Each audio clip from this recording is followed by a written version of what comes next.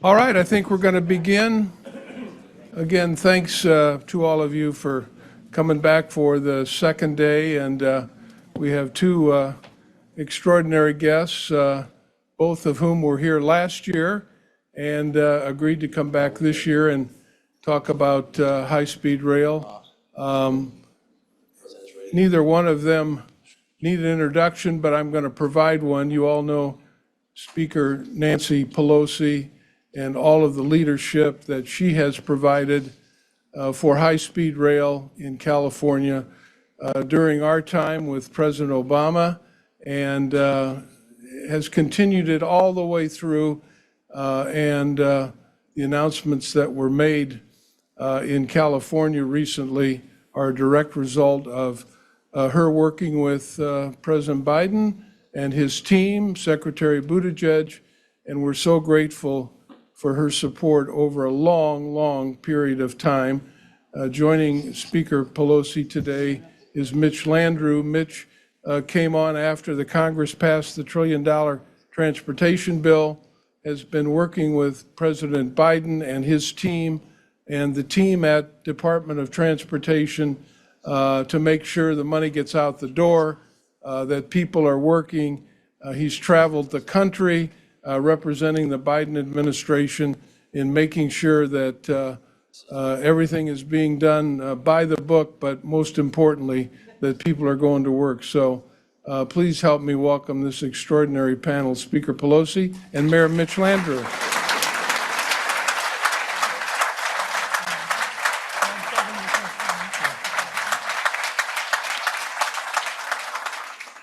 Hey, you guys, good morning. We're meeting in the basement of a law firm. I want y'all to just think about that for a minute. Madam Speaker, how you doing? I'm doing okay. How Awesome. are you doing? We're doing great. My apologies. Today, sadly, May 15th is a Peace Officers Memorial Day. So the roads are all blocked. So even with sirens and lights, you can't fly over cars. So Well, it's great. Look, better late than never all the time. It's issue I thought I would bring up. It's Law Enforcement Appreciation Week and it's Infrastructure Week. So this is a great time to be talking to the person with whom we would not be here.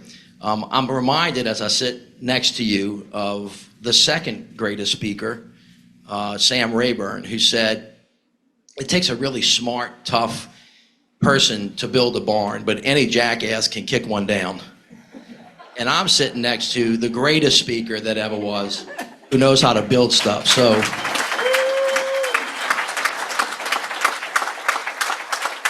Madam Speaker, as you know, this is Infrastructure Week because of the major legislation that you and President Biden passed, the American Rescue Plan, the Infrastructure Act, the Inflation Reduction Act, and the CHIPS Act. We have now hundreds of thousands of high-paying, in many instances, union jobs. We have 56,000 projects that are in some level of formation across the country as we rebuild roads and bridges and airports and ports and waterways, high-speed internet, so a little girl doesn't have to sit in the back of her mama's car outside of McDonald's trying to learn how she's going to save our life, and building a clean energy economy. And of course, in that, on the transportation side, is your desire, and of course the president's desire, to rebuild rail, $66 billion cutting across the entire United States of America with a particular focus on what brings us here today, which is high-speed rail. And you were an incredible partner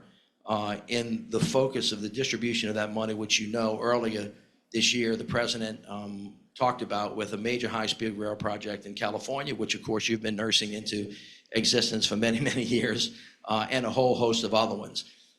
So as we begin, people in this country have a little bit of selective amnesia. They forget that as great as these were, this actually happened during COVID.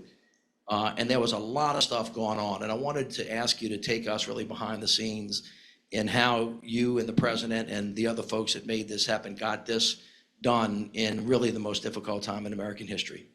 Well, thank you very much for your kind words. And of course, President Biden says, I am the high-speed rail president. I've been for this from my start in public service. So we're happy to have him and that, with that enthusiasm and that appreciation. And of course, when we pass a bill, that's really important, but the implementation of it is very important.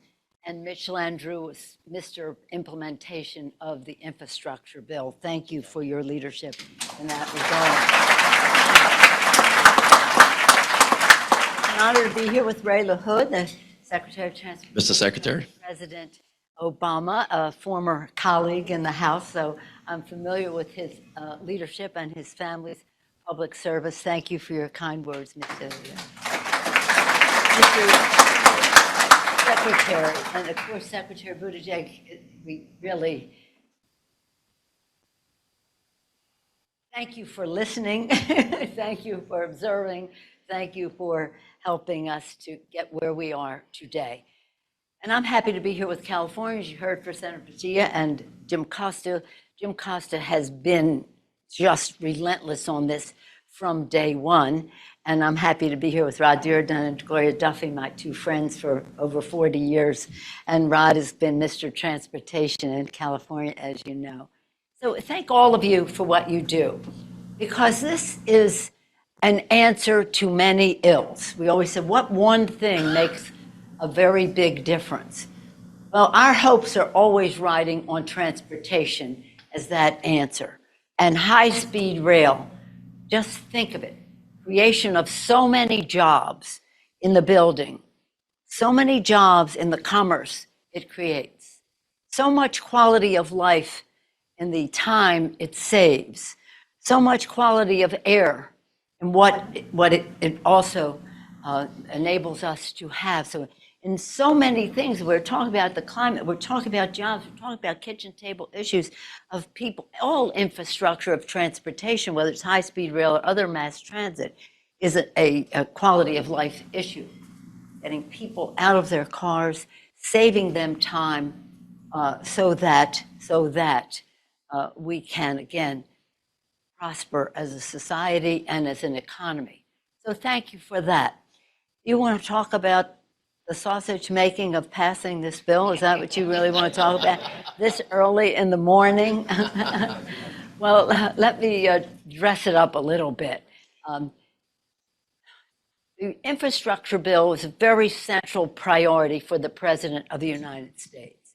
And you should know that in that bill, it wasn't just about infrastructure that might have been 50 years ago. It was about infrastructure for the future. For the future in terms of, again, having communities participate in how to go forward. One of the challenges that we had, if members said, well, infrastructure always divided communities, build a road, a bridge, or whatever it is, dividing communities. No, this was a bill that was going to unite communities. So we did lose some of the Democratic votes because they said, this is going to be like the past. We said, it isn't. This is about the future. It's always about the future. And so, as you probably know, the president had a full package of some other things that unless you pass this, I'm not voting for that, all that.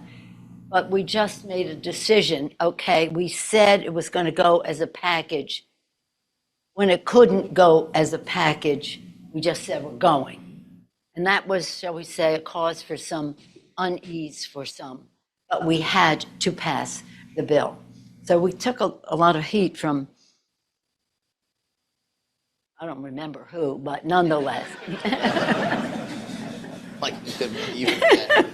So in any event, that's what it was, because unless we did this, unless we did that, unless we did that, and that was really what our plan was. More than you ever want to know about what happened to the full Build Back Better that we didn't get all of, but we got so much.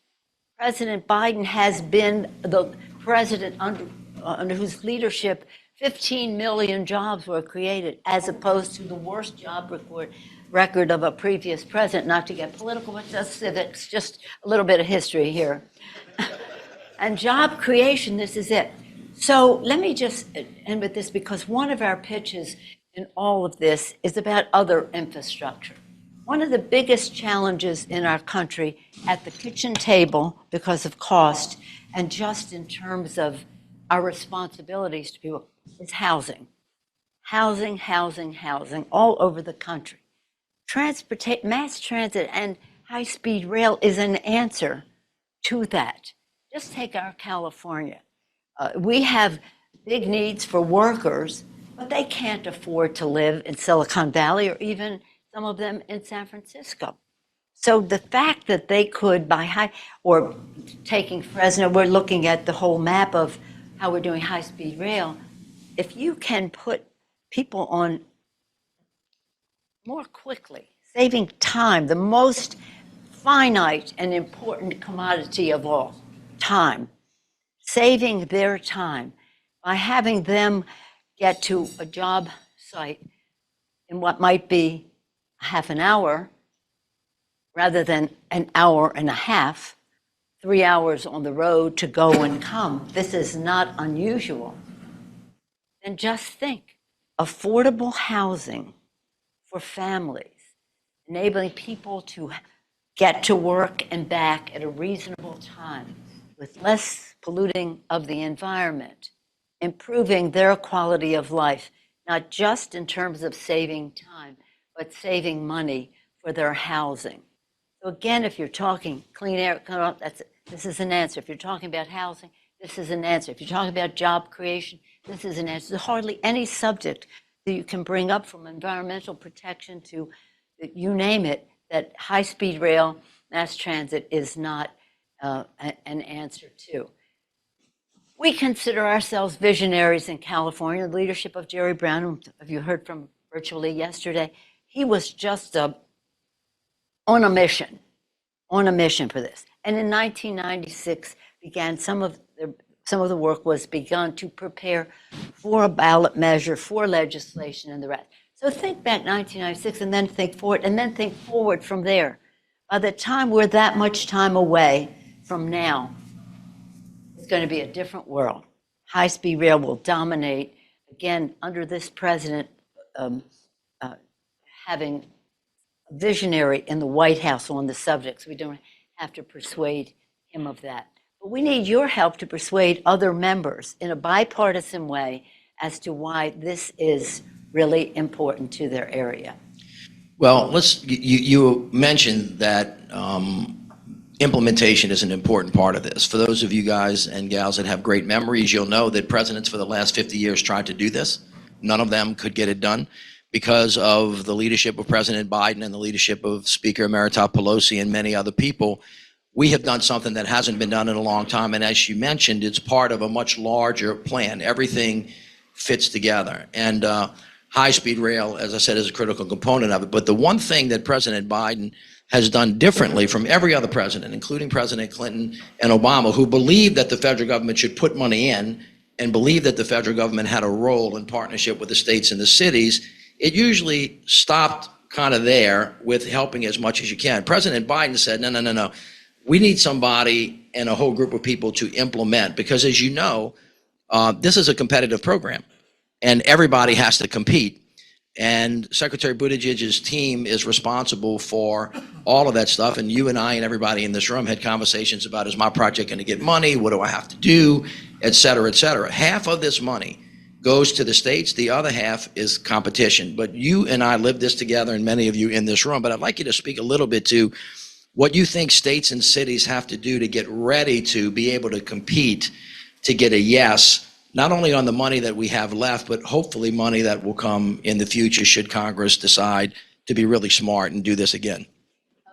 As I'm listening to Mitch, he speaks with great modesty about his role in this. He isn't speaking about his role as much, just saying what happened, but he really was, shall we say, a knowledgeable, patient listener to so much that really answers your question. Because when the president wanted to have a bill, he wanted to hear what you all thought.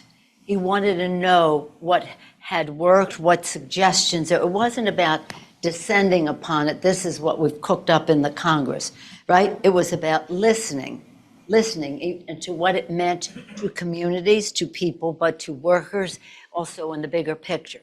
Now, as Secretary LaHood will know that one of the things that we like to see when we're talking about money is dirt to fly. In other words, what do you have to do in the community is be ready. In other words, we don't want to have money allocated to a community that's going to be in court for the next 5 years because of an objection here or there. So work it out so that when money comes your way, it goes. Because how many times have I read in the paper, I'm thinking, what are they preying on this? Oh, they had a problem here because of this or that. Well, okay, there's a problem, but problems are part of what we do, and we learn from problems as well. Some of them are successful, some not, but we advance. So in terms of what you all need to do is to make sure people understand that when you're competing for dollars, and it's a tough competition, we want to see regional cooperation, we want to see community involvement, we don't want to see a million lawsuits because of one thing and another. And again, that takes some work. You all know what I'm talking about. Because if the money's coming there, we want to see dirt to fly. Well, if you just now that we know, the first tranche has kind of been pushed out. The president announced $10 billion some months ago. There were a number, I think 10 major high-speed rail projects across the country, but 2 of them were in the West. One of them, of course, is from Las Vegas to Los Angeles, and the other is from San Francisco all the way down with the middle portion. The 2 things that those had in common was they had a unified delegation. They had consistent and an open relationship with business and labor. They had talked to the communities about what would work, and then all of the metrics that you talked about before. How is it going to produce housing? How is it going to, what's it going to do for the climate? All of those things were in place.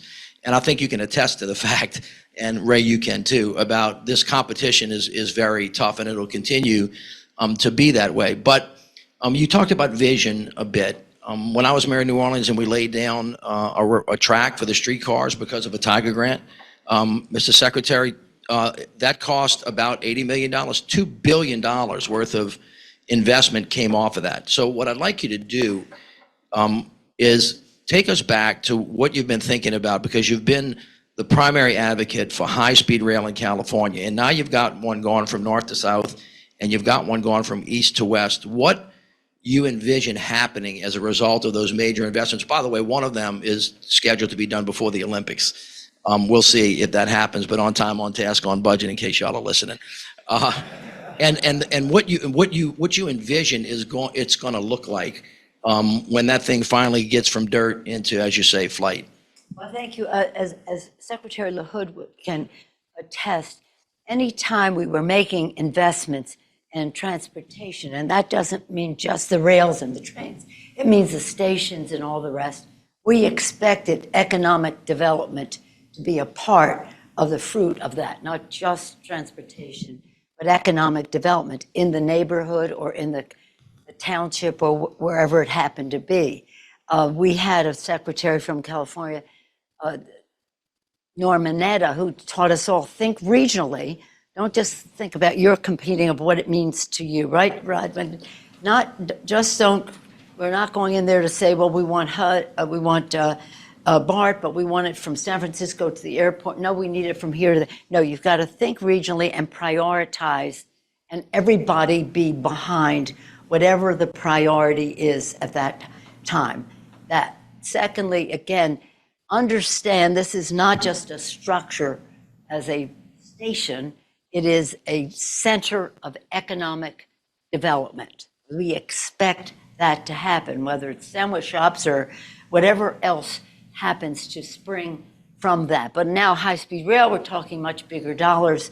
We expect so much more. The president has insisted, and God bless him for it, in the infrastructure bill, for us to have a justice provision, that there would be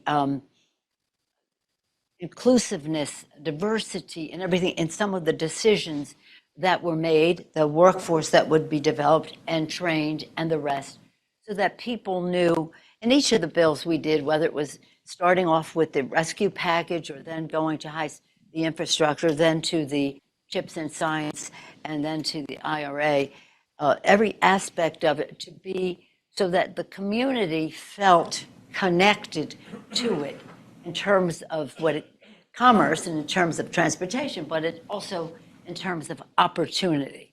And the president, and Mitch, you know this so well, he would always say, what do the workers think? Right? Isn't that what he said? What do the workers think? What do the people in the community think? Are they understanding their role in how we got to where we are? I'll just give you this example. When I've been to high-speed rail in China and every place where they have it, and it's a remarkable thing. But one time, of course, I've been having my to-do with China for many years now, but they wanted us to come together. We want to talk about climate, working together on that. So they said, I said, I want to go to Shenzhen because that's where they were doing some of these things. So they took me on high-speed rail. We left, it would be the equivalent of going from San Francisco to, say, Fresno, so maybe a 3-hour car drive. We get to Shenzhen, the conductor says, Beijing, Shenzhen, 29 and a half minutes. Now just imagine, in 29 and a half minutes, people from Shenzhen could be commuters to Beijing and vice versa. It changes everything. Now, of course, in their case, they don't have to worry about environmental laws or right of way or anything like that. They can build faster, but nonetheless, the net product at the end of the day, it's about opportunity, and people need to know about that. But it is, again, I keep saying to people, know your power in this. What you're thinking is really important as to not only what the legislation is, but what the implementation of it is and what the success of it will be. Well, you make a couple of points that I'd just like to just remind everybody of, because you get stuck in I'm doing high-speed rail, what part of the bill affects me, what am I supposed to do? This entire package, all of the stuff that you and the president passed really follows a kind of a simple motto that the president has. If you invest in American people and you invest in building things in America and you build it from the bottom up and make sure everybody is included, everybody does better. And as a consequence of that very idea, that's the idea behind all of the acts, he's now created 15.5 million jobs, and not leaving anybody behind, and really thinking about, for example, communities of color or training people and apprentices. I was in Arizona just the other day.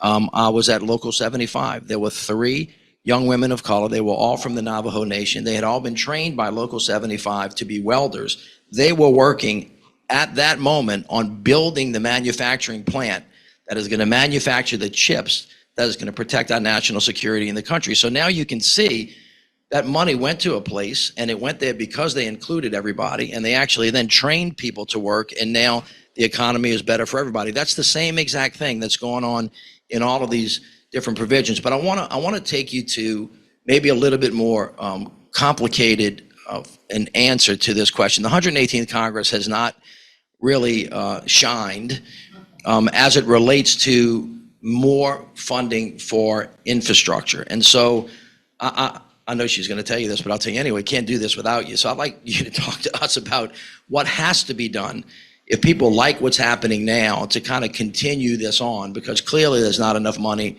right now to do everything that we need to do. How can Congress get itself situated to keep this, let's just say, keep this train on time?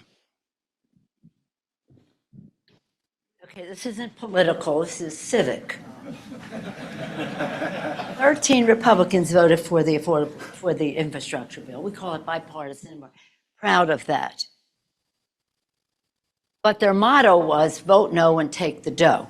So you see people showing up at ribbon cuttings, groundbreakings, and all the rest of that. But we need that turn them into votes for the funding that creates the authorization that creates the policy and the funding, the money to make it happen. And we just haven't had that. They don't shy away from the celebration. They just haven't been there to support it policy-wise or money-wise. So that's part of what people have to do in the community. And we're hoping that as the implementation takes place and people see our federal dollars working, and not just on the infrastructure, but the chips and the this and the that, to see that there is a result that is very positive for the community called opportunity. It's about jobs, it's about a vision for people and their careers for the future and the rest. So again, it's about Lincoln's, I'm going to sneeze in a second. I don't know why. Is it the rug? Is it you? Is it you? Is it... Sure, it's me. Lincoln said public sentiment is everything. With it, you can accomplish almost anything. Without it, practically nothing. But for public sentiment to prevail, people have to know. And we never, over the years, Ray, you can attest to that, infrastructure was not a partisan issue. I don't ever remember it being a partisan issue when we were just doing, shall we say, more traditional. Now we're in the high-speed rail. But I think it's really important for people to weigh in so that the public knows how this happened, not in a partisan way, but just in a public service way. Federal dollars coming in, again, in our case in California, much of it matched with, more than matched with local dollars, with initiatives on the ballot. But we really have to have more bipartisanship in the Congress for this to work. How long that goes on, we just don't know just now. But it is true that we had an opportunity, we took advantage of it, and it's creating jobs, again, as you said, in a way that is more diverse than in the past. But we can't stop here. We just can't stop here. There's too much more that needs to be done. So let's see how we can use as an example what was done as the basis for how we go forward in a nonpartisan way. I think that, well, first of all, thank you for that. Just to remind everybody, the infrastructure deficit in the country is a whole lot bigger than just 1.2 trillion, which was the cost of the infrastructure bill. And the idea, and it was a nonpartisan idea, and Ray, you are testament to this, is that if you invest in things and then you invest in people and you put people together, they can create a lot of stuff and grow the economy. And so when you think about high-speed internet being in every corner of the United States of America and connecting people that way, with rail and then high-speed rail, the economic growth and explosion can actually do what we know it's doing now, which is creating jobs. And so this is where really kind of the nonpartisan nature of this comes from, and where I think you can be helpful when you're talking to your friends on the Hill to say, this wasn't a partisan issue before. Maybe we got a fever and decided to be partisan for a couple of years, but this is an idea whose time has come that really works. And I just, you know, just in the position that I was in, y'all passed the bill before I got here, but I got to watch it. It was just curious to me how something so simple and so clear could get caught up in the moment of time. And my sense of it is that this economy, which is, by the way, the strongest economy in the world, notwithstanding the fact that prices still remain high, this economy is going to explode when these infrastructure pieces get put into place. So we're almost out of time, but I wanted to just ask you to think about and Mitch, address can I just interrupt for a minute? Sure. In order to be respectful of both of your times, would you take a couple of questions when you finish whatever you're saying here? I don't know. I wasn't going to say anything. Okay. I was going to say something. Yeah. So how about we let the speaker close out and then we'll answer questions. Thank you. Here's what I want to say. In terms of the bipartisanship or nonpartisanship about this, we were fully prepared for a big infrastructure bill in the previous administration. It was lots of negotiation, consideration, input, and the rest. It just was when it came time to pay for it that they walked out the door. But we had to pay, we wanted not to increase the national debt. And as you said, these investments bring money to the Treasury. So it's not just that we paid for it, but we generated more support for the Treasury. But it had no interest in partisanship in the previous administration. We were like, let's just get this done because we've talked about it for too long and there's too much need out there. Any questions from the audience? Anybody? Some brave soul, raise your hand. Now that Ray took all our time away, you better ask a question. On the day that Mayor Landrieu and I announced the Tiger Grant in New Orleans, it was Super Bowl weekend. So Mitch, just tell them the impact that that rail line, we've talked about if you build it, they will come. Just tell them the impact that rail line has had on New Orleans. No, this is an unassailable fact, and it can be proved with every major infrastructure project. If you lay something down, that is going to bring people someplace, other businesses are going to come. This rail line, all of you have been, if you've been in New Orleans, you've seen the streetcar. There's a red streetcar now that goes about another mile on right next to the Superdome.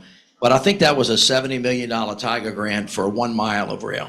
$2 billion of private sector investment leaned on that federal investment. So when we talk about something being deficit friendly, all of these investments that have been made, the impact, financial impact, and the return on investment is just unassailable. That's why it just was strange to me, even when I was implementing this thing, when I was talking to some of our friends on the other side of the aisle. This works, it creates jobs, it reduces the deficit, it creates cleaner air, it gets you home as fast as you possibly can for people who are commuting, and gets you to work, and it produces housing. So it just seemed to me to be a win-win-win, and it's going to continue to be for the United States of America as long as Congress continues to make thoughtful and reasonable choices. Well, I saw it myself over the weekend as my grandson was graduating from college in New Orleans.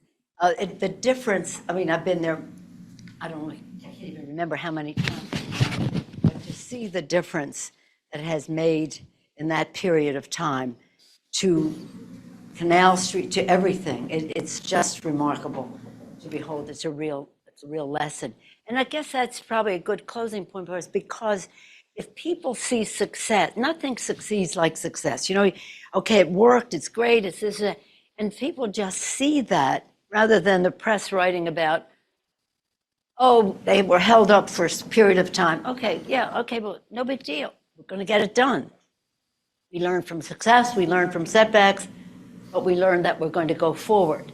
And seeing these things, which I've seen, this weekend I was there, and I'll be in Arizona, and then Nevada, Friday and Saturday of this week. And what we saw with the rail project in Arizona was remarkable. That, however, was an earmark. Just putting a word for it. That was an earmark.